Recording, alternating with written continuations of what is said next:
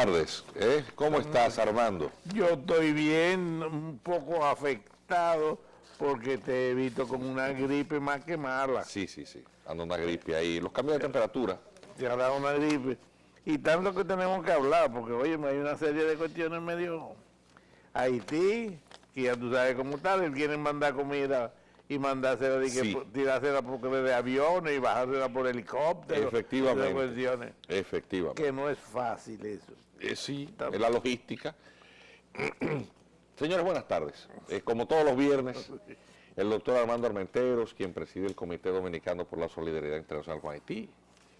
Conjuntamente, a veces vengo yo, otras veces vienen otros miembros del comité. Tú eres el campeón de esto. Venimos aquí a compartir esta hora que doña Consuelo de Pradel le cede al comité para abordar los temas de la convivencia en la isla con un Estado fallido, cuya crisis permanente es permanente desde hace meses, y a la que tanto Armando como yo le venimos dando seguimiento informativo.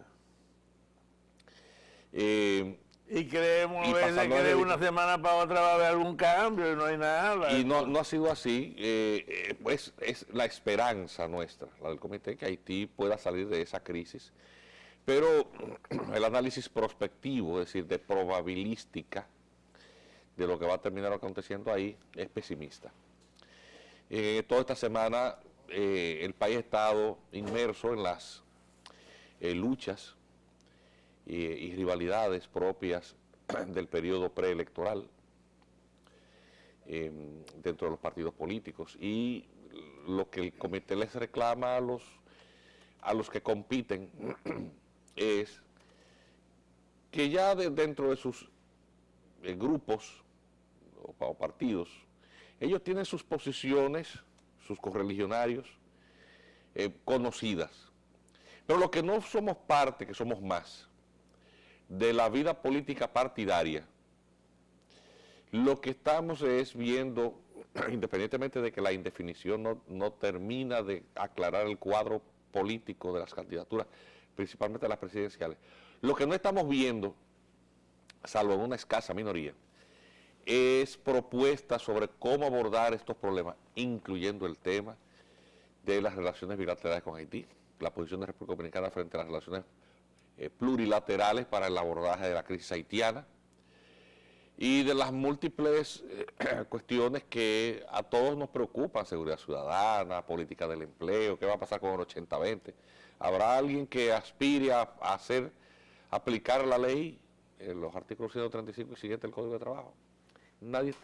Muy escasos ejemplos para cargos congresuales. Y el comité le va a abrir el espacio a todo el candidato político, no importando del partido político que sea, que venga aquí a proponerle, a utilizar este espacio como una plataforma, a proponer su visión sobre estos temas. Sí, incluso hoy iba a venir un muchacho joven que está interesándose en la política, hijo de Casal Victoria. Casal Victoria yo lo traje varias veces aquí. Era una de las personas más inteligentes de este país. Abogado, gran nacionalista, un hombre de vida pública. Y hablaba un inglés, yo he visto pocas personas hablar un inglés como el que hablaba ese muchacho. Y que pasó por la administración pública con uno de esos perfectos ejemplos de honestidad y eficiencia. ¿Tú sabes lo de la Corporación de Electricidad cuando lo pusieron el administrador? Él lo pusieron de administrador y después de varios meses, ustedes saben que aquí el asunto de la compra de combustibles siempre ha sido un negocio para sacar grandes comisiones que son las que se meten en los bolsillos, en los que están de turno en las posiciones públicas, para cogerse unos cuartos, porque aquí la gente en los últimos años parece ser que los sueldos que ganan, que son muy cuantiosos y son suficientes para el trabajo que hacen, pero ellos no tienen eso. Incluso yo una vez tuve un tiempo yendo a la Cancillería porque me habían nombrado miembro del Consejo Nacional de Fronteras, que es un puesto honorífico, yo nunca gané ahí un centavo.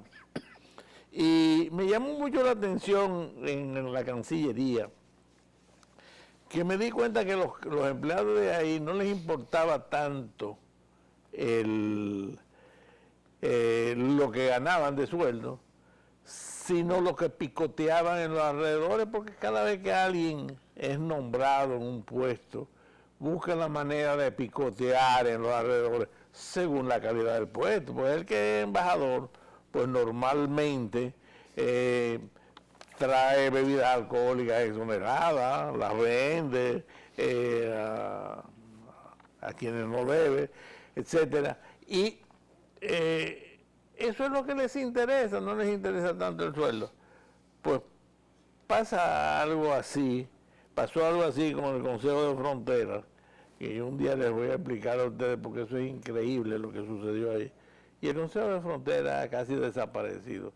Eso era algo que debería estar manipulando las relaciones diplomáticas y locales en cuanto a la frontera con Haití.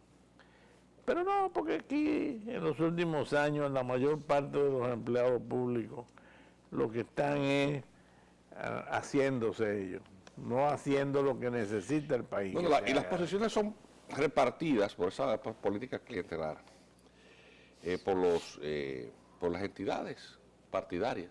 Es decir, Sí. no hay una visión de Estado propiamente. Y efectivamente, fíjate cómo el Consejo de Frontera, que es una dependencia de la Cancillería Americana, no funciona.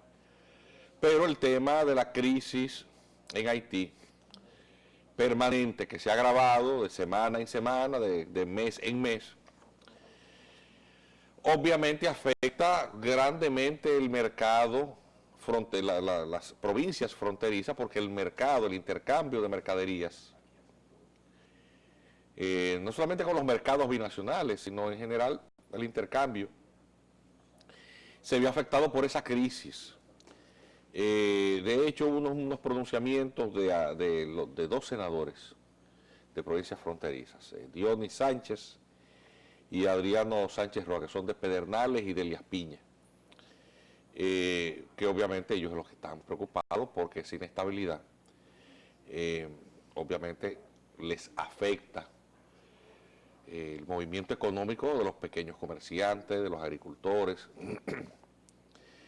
Y obviamente el Estado Dominicano está cargando para una custodia, un mejor resguardo de la frontera, como se negaron todo el tiempo a construir un muro.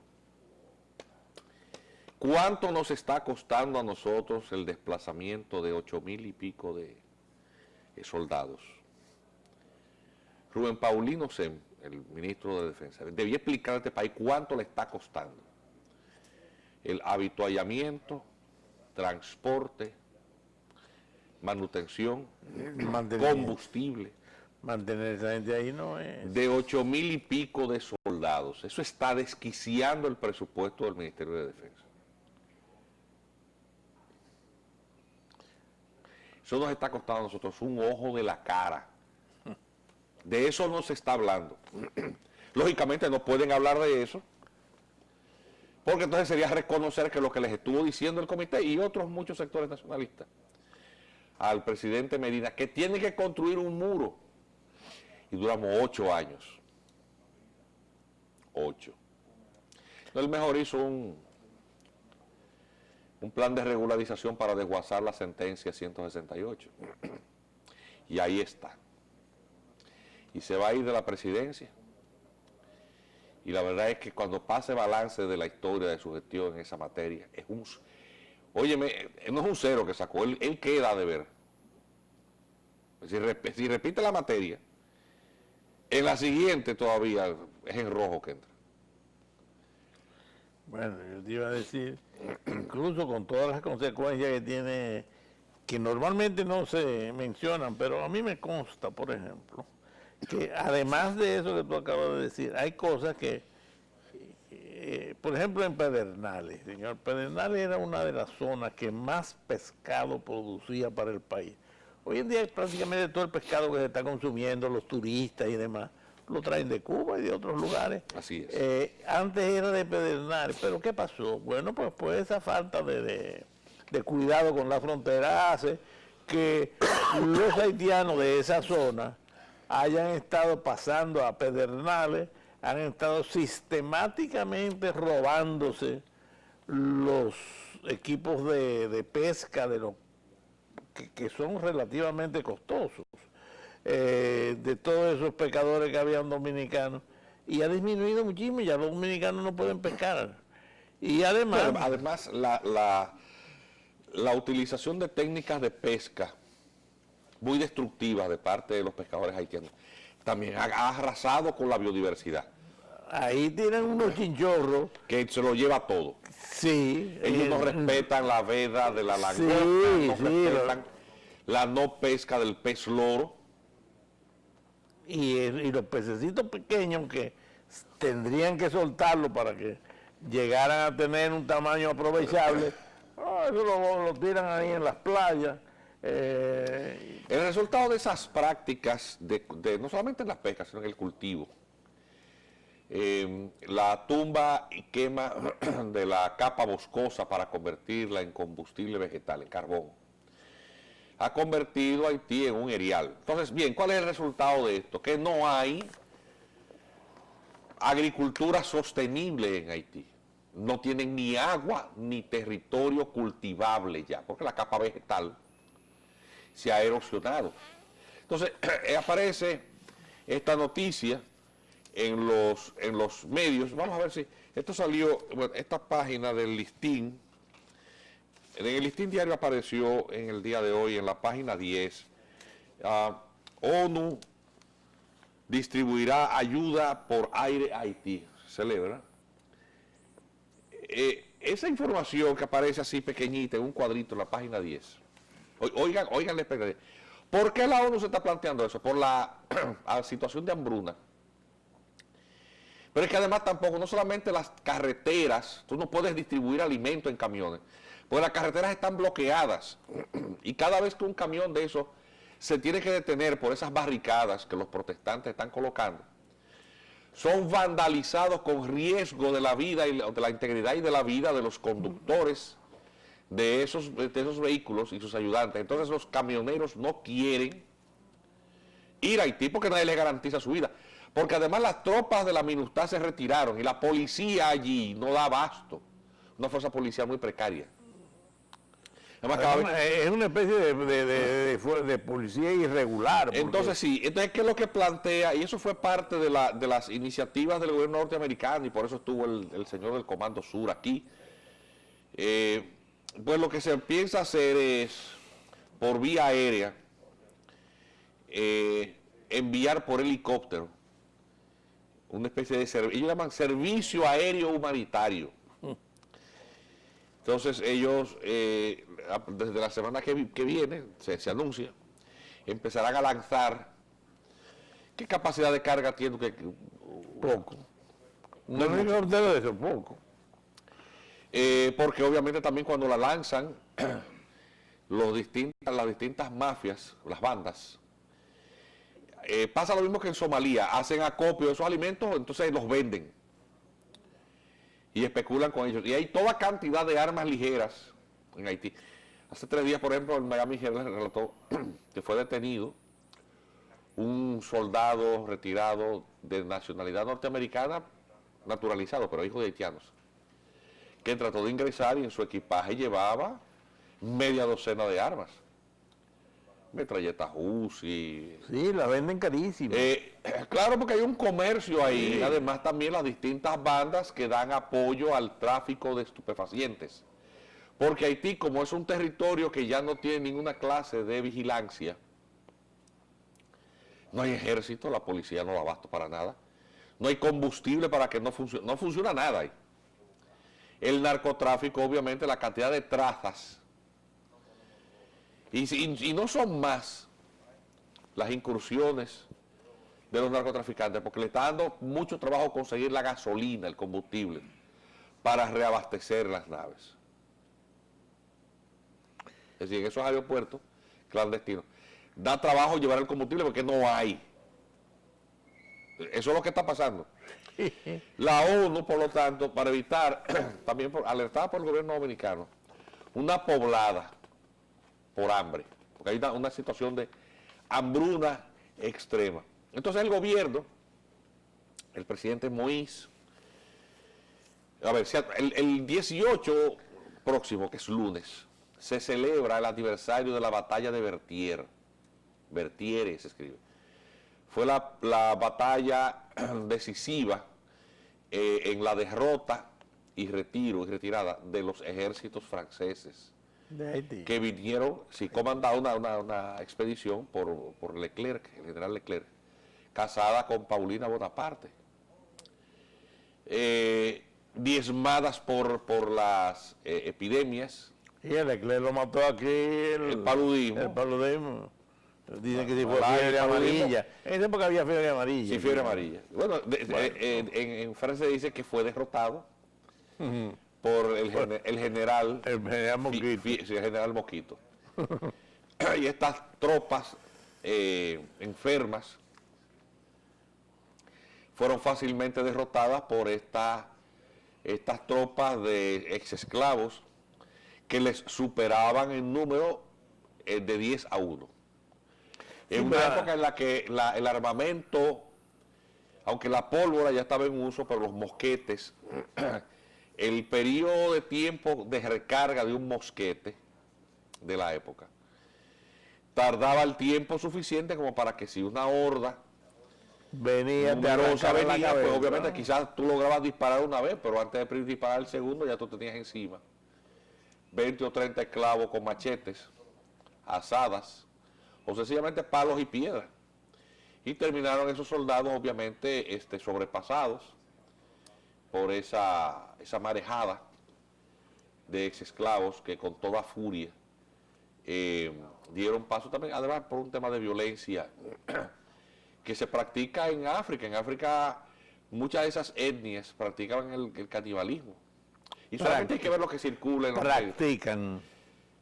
sí, bueno, en estos días me mandaron toda cantidad de cosas por las redes que no se corresponden con cosas que están aconteciendo en Haití, sino que son imágenes de violencia interetnia en África que produjeron verdaderos genocidios, en donde como parte de rituales atávicos, el soldado victorioso, el guerrero victorioso, come partes del cuerpo de su adversario para absorber, quedarse con su poder. Y su valor. Y su valor. Es decir, eso es parte de una específicamente el corazón y el hígado. Y el hígado.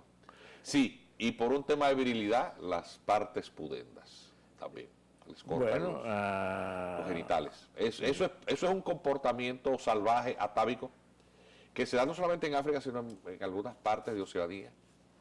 Bueno, de canibalismo. Entonces, en la isla de Lago Naf, yo fui testigo de algo similar, porque al llegar a la playa, para ir al Lago Naf hay que cruzar en un barquichuelo con una vela que transporta un número bastante crecido de pasajeros, vamos a llamarlo así.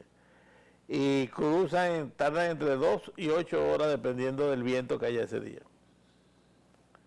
En ese día que yo estoy mencionando, al llegar a la playa había un tumulto de gente. Y los que cruzaron, le hace a algunos dominicanos, pensaron que cuando aquí nosotros en la costa vemos eso, generalmente o hay un ahogado, o hay un tiburón grande que han pescado, o a veces una cherna, pero no. Vimos, ¿y qué pasó? No, que aquí hubo un pleito anoche, y uno de los que pelearon mató al otro, lo apuñaló y eso. Y en consecuencia, cuando aquí es costumbre que cuando eso sucede, como tiene que el que permanece vivo tiene que comerse el corazón y el hígado del muerto, para adquirir su valor, pues se hizo esto que estamos haciendo, porque parecía que estaban haciendo chicharrones de cerdo. Tenían 2 ollas grandísimas y y los que estábamos ahí pensamos que era cerdo. Y dije, pero eso, dice, no, eso es, y entonces trajeron una especie de paleta, un pedazo como un remo, y lo movieron y subió una cabeza que estaba abajo. ¿Y en qué año fue eso? ¿Eh?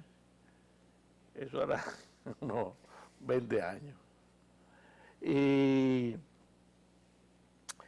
nos dijeron, bueno, lo que sucede es que ahora había mucha gente ahí esperando para comérselo, el resto también. Pero nosotros nos quedamos medio dudosos. Subimos una montañita que hay hay una montaña de 900 metros, casi 1000 metros, porque fuimos a llevar una variedad de ovejos catadín que estaban creando en los Estados Unidos con cierto propósito, que tenían ciertas particularidades, para ver si ahí se daba bien porque la isla tiene 55,000 habitantes y es bastante grande, y tiene un pequeño acueducto que lo manejaba una iglesia protestante, y pues fuimos a llevar un par de ejemplares de eso, y subimos a eso. Nos quedamos medio dudosos con aquello, pero en la tardecita cuando bajamos, aquí cuando se comen un grupo de dominicanos para celebrar en un río un chivo, siempre tienen la mala costumbre al final de dejar muchísimos huesitos regados por la orilla. Ya la gente se había disipado, pero los huesitos que normalmente aquí son de chivo, allá no eran de chivo, se los habían comido todos. Con esa precariedad de proteínas de origen animal, me imagino que... Sí. Y entre galletas de tierra y eso. De manera que coman galletas de tierra. Y otro día, para no ocupar todo el terreno, voy a hacer otra historia de cuando iban los camiones, esos trompos de concreto, de los Moya.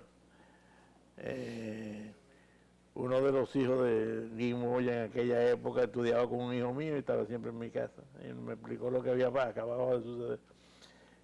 Iban normalmente a Haití a hacer, porque allá no había trompos de eso, sí.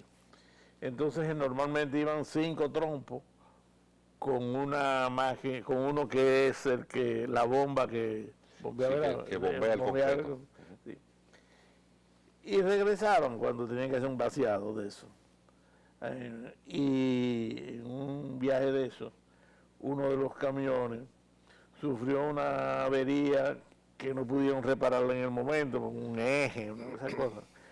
Y decidieron quedarse ahí. Y entonces se alinearon en la carretera para pasar la noche, ¿no? Y en cada camión había un par el chofer y el ayudante siempre. O sea que eran unas 14 obreros dominicanos que se quedaron ahí. Y que si les dio deseo de cenar algo, entonces le dijeron, bueno, mira, ahí en aquella casa hay una fonda. Entonces mandaron a preparar. Y no, nosotros preparamos aquí un sancocho muy bueno. Prepararon el sancocho. Pero dentro del sancocho, entre los pedazos de carne que tenía el sancocho, aparecieron sorpresas. Esa fue la última vez. Esa fue la última vez que fue. La última vez que fueron a echar cemento porque se negaron a regresar. El presidente Moïse, la oposición sigue se comen la gente, la comen, señores, y lo del baquiní, un día yo voy a explicar lo que es un baquiní. El presidente Moïse sigue siendo confrontado por toda la oposición exigiéndole su renuncia. Haití sigue sin gobierno efectivo por la imposibilidad de ratificación de un primer ministro. Y bueno, él ha estado, habíamos comentado con un poco de risa el viernes anterior, el anuncio de un aumento salarial. Sí. ¿Te recuerdas? No se ha publicado, no he visto nada. No, porque es que no, ¿de dónde lo van a pagar? No pueden pagar los salarios, mucho menos su aumento. Entonces el presidente Moïse anunció toda una ronda de conversaciones para ver cómo puede encontrar una salida pacífica, dice él, inclusiva, es decir, tratar de formar un gobierno. Recordemos que el presidente es jefe de Estado, no jefe de gobierno. El jefe de gobierno es el primer ministro, porque es un sistema republicano parlamentario, rarísimo. Digo, rarísimo para un país como Haití. Nosotros en Europa eso es muy común, pero Haití tiene un nivel de atraso intelectual y social, que eso es una imposibilidad absoluta de realización, la implementación de un sistema parlamentario funcional. Entonces, bueno, él anuncia que se ha estado reuniendo con gente, con actores, pero no termina de identificar ni con quién es realmente que él se está reuniendo, ni qué capacidad de diálogo efectivo puede tener él, porque es que el gobierno haitiano no tiene recursos, no tiene manera de cómo afrontar. Y el gobierno norteamericano se empeña en exigirle al presidente Moïse que no renuncie, porque es la única cosa que queda, una presidencia decorativa y poco efectiva. Y obviamente República Dominicana sigue siendo el convidado de piedra en esto. Ya el comité ha anunciado que pensamos preparar una propuesta formal para presentársela al país como una alternativa a las políticas que el Estado Dominicano ha puesto en práctica con relación al manejo de la crisis haitiana, que se ha limitado a la de estar reclamando a la hipocresía internacional una asistencia que ciertamente dentro del marco de las Naciones Unidas es muy precaria, porque es que Haití no constituye por sí misma una amenaza a la paz. Haití no está en guerra con nadie. Con ellos mismos. No es una amenaza a la paz, tiene una convulsión interior permanente, una crisis política permanente. Pero para los vecinos no es una amenaza a la paz, es decir, no hay ejércitos haitianos, no hay bandas haitianas agrediendo o desestabilizando, propiciadas por el Estado, a otros gobiernos en otros países. Por lo tanto, no es una amenaza a la paz en los términos del derecho internacional, no es un Estado beligerante. Y la otra causal de intervención es cuando hay una catástrofe humanitaria, que aconteció con el sismo del 2010, y ahí fue que recaudaron 12 billones de dólares, pusieron a Bill Clinton a administrarlo, y de ahí salió la candidatura de Hillary. No lo digo yo, lo dice el señor Schwartz. How the Clintons became rich. Cómo los Clintons se hicieron ricos. Dedicándole muchas páginas de algunos capítulos de su obra al conocido e influyente matrimonio del expresidente y con la exsecretaria de Estado del gobierno de Barack Obama. Que le dieron, y candidata demócrata que estuvo a punto de ganar. Le dieron la oportunidad a un hermano y cuyo hermano se le regaló la mina de oro haitiana, la principal mina de oro. La que está en la frontera. La de Mordabosa, claro. Entonces, el punto es que no es una catástrofe humanitaria, porque el mandato de la MINUSTAH venció. Es decir, el Consejo de Seguridad aprobó una misión con un periodo, un término de duración, que fue prorrogado. Entonces, esos presupuestos, que son billonarios, enriquecen a toda esa burocracia y todos esos recursos también que maneja la ONU y la misericordia internacional. Es canibalizado por las ONGs. Y hay porque todos los dueños de esas ONG, tú lo ves viviendo aquí de este lado, con jipeta, buenas casas. Cerca de mi casa hay uno que tiene una estación de gasolina. Es un modo de vida.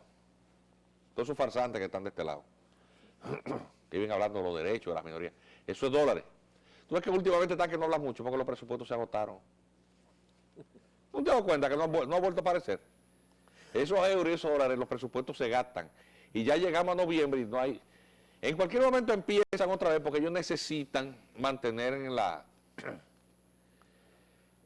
por lo menos en las relaciones públicas, la apariencia de que hay algo. Y hay una que estructura justifica su grande existencia. detrás de todo eso, que son los Entonces, bueno, que son los que buscan el dinero también. en eso obviamente es que el comité pues se basa para hacer una propuesta que la anunciamos la semana pasada y que terminaremos de volver a explicar en el segmento final del programa, para invitar a todos aquellos que quieran sumarse a que conozcan esta propuesta que vamos a hacer, para que se sumen a ella, a ver si el gobierno deja de estar haciendo lo mismo y que no ha producido ningún resultado satisfactorio para el país.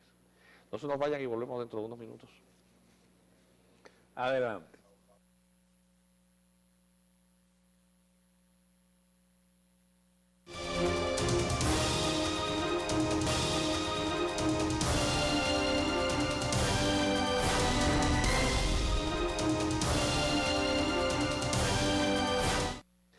Bien, señor, estamos Gracias por continuar aquí en la hora de consuelo, en el espacio que como todos los viernes le cede al Comité Dominicano por la Solidaridad Internacional con Haití, en el que junto a ustedes pues mantenemos el tema de la difícil convivencia con el Estado fallido de Haití.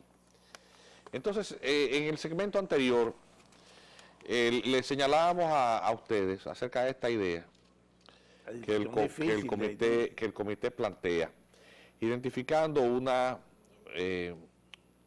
falta de herramientas del derecho internacional para abordar la situación de los estados fallidos. El estado fallido es aquel en el cual el gobierno no tiene capacidad para dar respuestas mínimas a las necesidades y a las funciones propias que debe ejercer dentro de un Estado. El gobierno, por lo tanto, no tiene control de población. A veces no la puede ni siquiera documentar, no sabe quiénes son. A partir de ahí no puede garantizar ningún derecho fundamental. Bueno, es que sistemáticamente no se han estado identificando los nacionales del país. Claro, no tiene autoridad efectiva sobre el territorio, o sea, no controla el territorio, que puede estar obviamente a merced de bandas y de grupos, en una especie como de situación caótica permanente que no le garantiza a ningún ciudadano poder andar en la calle. No hay control del territorio. Y la autoridad efectiva del gobierno como tal, desde el punto de vista burocrático administrativo, pues también es tan precaria que parecería casi inexistente. Entonces, pues así las cosas. El Estado fallido, que es esa categoría sociopolítica, no entra en ninguna de las dos causales de la injerencia internacional, de la injerencia legítima que permite la Carta de las Naciones Unidas, que es la entidad que agrupa 190 y tantos países, 192 países, y que se sustenta ese orden internacional en el respeto a un principio cardinal del derecho internacional, que es el de no intervención, no injerencia.